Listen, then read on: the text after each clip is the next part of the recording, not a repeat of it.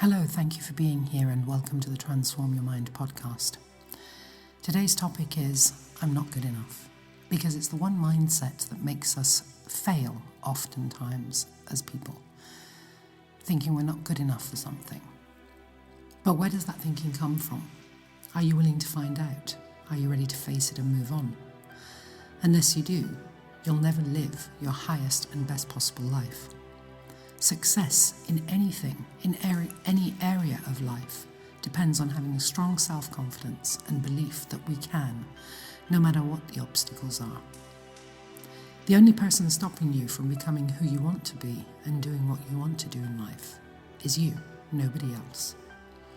And it's very sad to see that in today's society, millions of people think that they're not good enough, just because, to their way of thinking, they don't fit into the standard model of beauty or wealth or body type that the media would have us believe should be the norm.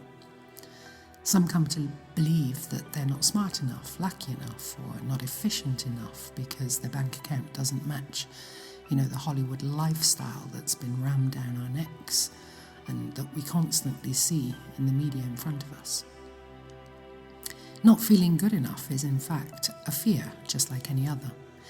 It's a self-doubt that arises from somewhere in our past, sometimes even as far back as our childhood. Someone or something knocked our confidence. Whatever it was made us feel small, and it knocked us off our feet. But instead of bouncing back, what we did was we shied away. And when we do it once, and then twice, and continue to do so, this mindset then becomes ingrained. We allowed this to happen. We created our own fears and complexes on the basis of something that 9 times out of 10 is just someone else's opinion. And trust me, everybody has one. It doesn't mean they're right though. But somehow we accept their opinion as something written in stone. We take it on board and allow it to harm us and hold us back. I should add here actually that the more we hold someone dear to us, the more importance we give them, and therefore the more importance we give to their opinions. But in actual fact, judgments, criticisms, constructive criticism, liking something, disliking something, they're all just a part of one person or another's opinion. Believing the I'm not good enough paradigm is what ultimately puts us into a victim mentality.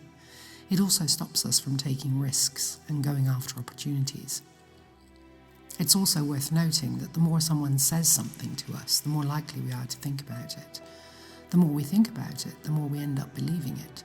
And soon enough, before we know it, we've reaffirmed that belief so much that we end up embedding it into ourselves, into the very fibre of our subconscious mind, as if it's a reality.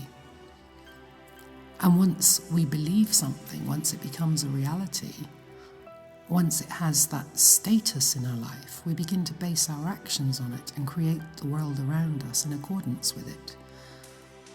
But this isn't who we are. Who we are spiritual beings that are here on earth having a human experience. We all have the same potentials. We all have the same capacities. The only difference between us and a successful person is that the successful person acts upon his world and does not let the world act upon him or her. In order to overcome the paradigms like I'm not good enough, I'm not beautiful enough, I'm not thin enough, we need to learn to forgive ourselves our harsh judgments and forgive others because perhaps they knew no better. You see, everyone creates their own reality based on their circumstances and the influences they've had in life. But there is no such thing as a perfect life. Everyone has baggage. The important thing is how we deal with the baggage that we're carrying. If we can't love ourselves, forgive ourselves, be at one with ourselves, then chances are we won't succeed in having any type of successful relationship with others. We need to really look deep into ourselves and discover the most painful of content. We need to let it rise to the surface, analyze it, and learn the lesson that needs to be learnt, and cherish that lesson so that we don't repeat it. And the way you can transform this really is to love yourself, to find out what you love about yourself, what good qualities do you have, And hold on to those things, cherish those things.